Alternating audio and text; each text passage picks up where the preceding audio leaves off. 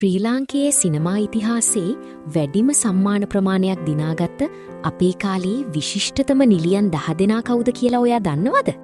අද අපි කතා කරන්නේ ඒ අද්විතීය රංගන ශිල්පිනියන් ගැනයි.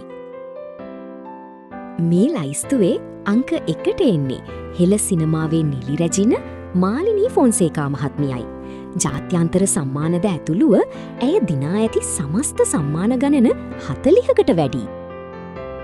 දෙවනුව ලාංකීය සිනමාවේ සම්භාව්‍ය සලකුණ ස්වර්ණා මල්ලවාරච්චි. සරසවිය හොඳම නිලිය සම්මානය 5 වතාවක්ම දිනාගත් එකම නිලිය ඇයයි.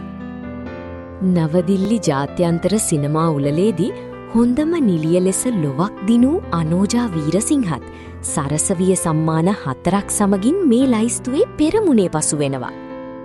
ජනප්‍රිය සිනමාව වගේම සම්භාව්‍ය සිනමාවත් එකසේ ජයගත් ගීතා කුමාරසිංහත් සරසවිය හොඳම නිලිය සම්මානය 9 වතාවක්ම හිමිකරගත් විශිෂ්ට රංගන ශිල්පිනියක්.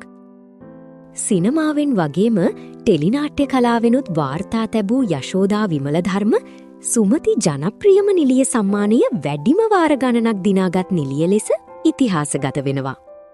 වේදිකාව, සිනමාව සහ ටෙලිනාට්‍ය යන අංශ තුනෙන්ම අති විශිෂ්ට දස්කම් පෑ චාන්දනී සෙනවිරත්න ප්‍රධාන සම්මාන උළෙලවල් සියල්ලෙන්ම සම්මාන රැසක් හිමිකරගෙන තිබෙනවා.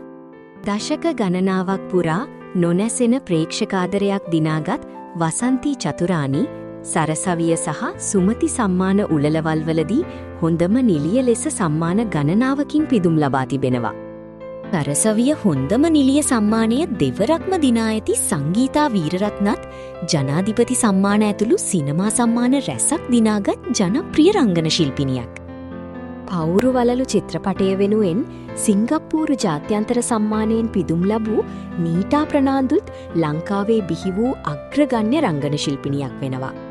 වාණිජ වගේම කලාත්මක සිනමාවත් එකසේ ජයගත් දිල්හානි ඒකනායක සරසවිය ජනාධිපති ඇතුළු සම්මාන උළෙලවල රැසකදී හොඳම නිලිය ලෙස සම්මානයට පාත්‍ර වී තිබෙනවා. මේ අද්විතීය නිලියන් 10 දෙනාගෙන් ඔයාගේ කැමතිම රංගන ශිල්පිනිය කවුද? පහලින් කමෙන්ට් කරන්න. channel එක subscribe කරන්නත් අමතක කරන්න එපා.